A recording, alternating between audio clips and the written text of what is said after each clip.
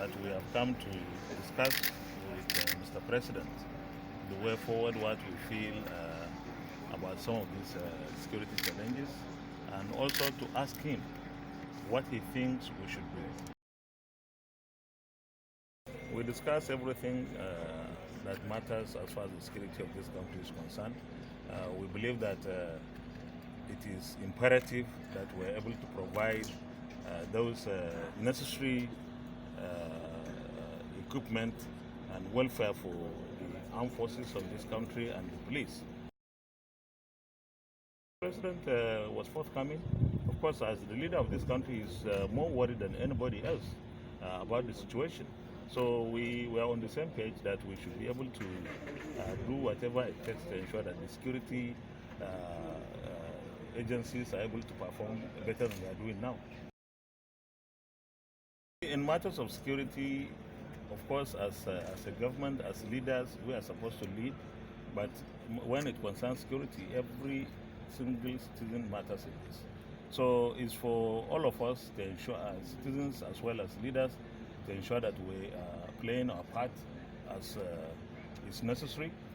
But I believe that now the time has come.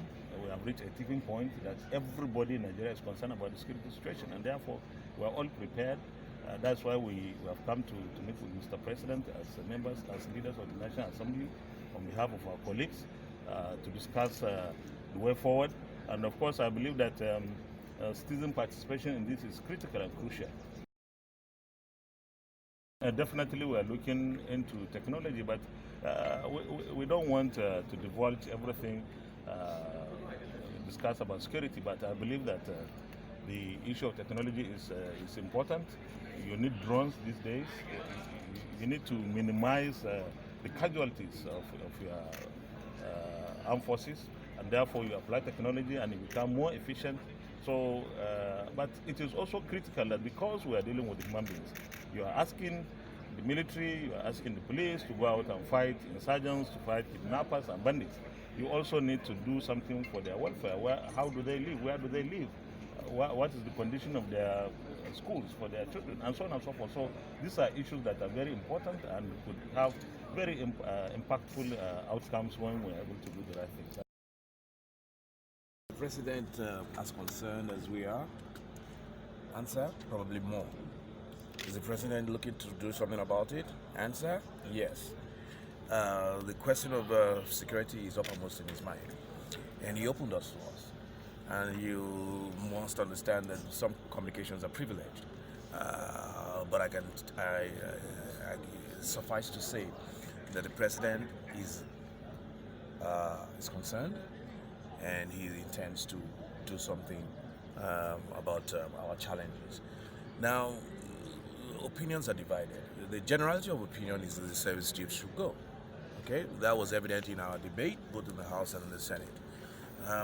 But sometimes you don't want a knee-jerk reaction. Sometimes many of us identify that something drastic needs to be done. We do identify it, agree with that. But there's also the school of thought that says, okay, well, all over the world. I mean, we're talking about banditry, we're talking about kidnapping, we're talking about murder. Now, some people have argued that what has the armed forces got to do with that? Anywhere in the world. What has the Navy got to do with that? Anywhere in the world. What has the Air Force got to do with kidnapping? Anywhere in the world.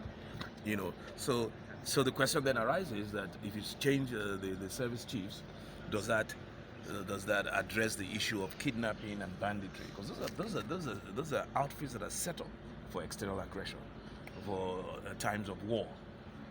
What is the police that is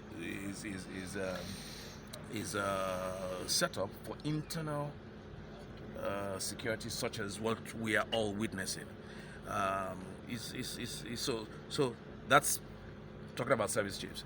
The Inspector General of Police, has he met up to his responsibilities? The question is, if we now limit it to the Inspector General of Police, many will argue with it that he has done a very good job, and many will argue with you that he is armstrong, straight-jacketed. There's very little he can do in the face of no equipment, no funding. We did explain to Mr. President that we have to increase funding. We have to recruit more. And we're talking. Mr. President has gone, even right here now, we have gone up to set up a committee that will periodically review the issue of security and other things that may come up, that will meet, periodically, maybe once a month, once every 6 weeks, that will involve the two arms of government and the party.